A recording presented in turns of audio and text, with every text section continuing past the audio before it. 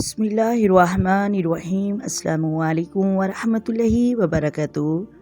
محترم ناظرین، اگر آپ کا کوئی کام اٹکا ہوا ہے، آپ کے کام میں رکاوٹ ہے، آپ کسی پرابلم میں یا کسی مصیبت میں پھنس چکے ہیں یا پریشانی میں گھرے ہوئے ہیں، یا پھر آپ کسی تکلیف میں مبتلا ہیں، یا پھر کوئی کام شروع کرنے جا رہے ہیں، آج میں آپ لوگوں کو ایک ایسا عمل بتانے جا رہی ہوں جو کہ بہت ہی زیادہ پاورفل ہے۔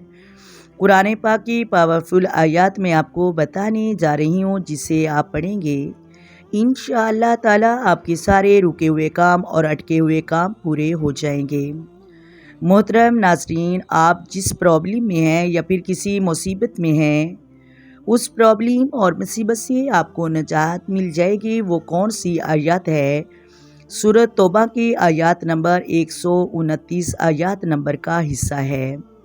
محترم ناظرین، حسبی اللہ لا الہ الا ہوا علیہ توکلت وہو رب العرش العظیم۔ اس کا ترجمہ ہے، میرے لیے اللہ تعالیٰ کافی ہے، جس کے سوا کوئی معبود ہونے کے لائق نہیں۔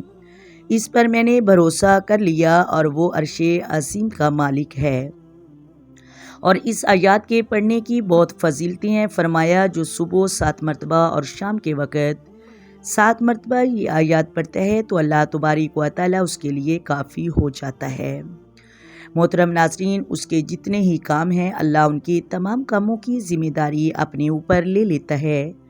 یہ اتنی پاورفل آیات ہے اور آپ اسی ضرور پڑھیں جب کوئی پرابلم میں ہے یا مصیبت میں، یا آپ کا کام کوئی اٹکا ہوا ہے، یا پھر جب آپ دعا کریں اس آیات کو آپ پڑھ سکتے ہیں۔ جس طرح آپ دعا کر رہی ہیں اور دعا میں آپ یہ آیات ضرور پڑھ لیں۔ اس کے پڑھنے کی بہت زیادہ فضیلتیں ہیں اور یہ مصنوع دعا ہے، اور رسول اللہ صلی اللہ علیہ وآلہ وسلم بھی یہ دعا پڑھا کرتے تھے۔ اگر آپ کو کوئی پرابلم ہے یا پریشانی میں ہے، آپ کی کسی تکلیف میں ہے، تو آپ پڑھیں، انشاءاللہ تعالی آپ کی وہ تکلیف دور ہو جائے گی۔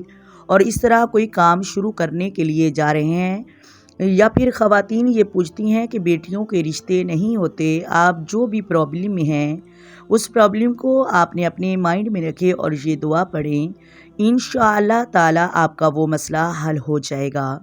محترم ناظرین، اگر ویڈیو اچھی لگے تو ویڈیو کو لائک کر دیں، ویڈیو کو شیئر کریں، چینل کو سبسکرائب کر دیں۔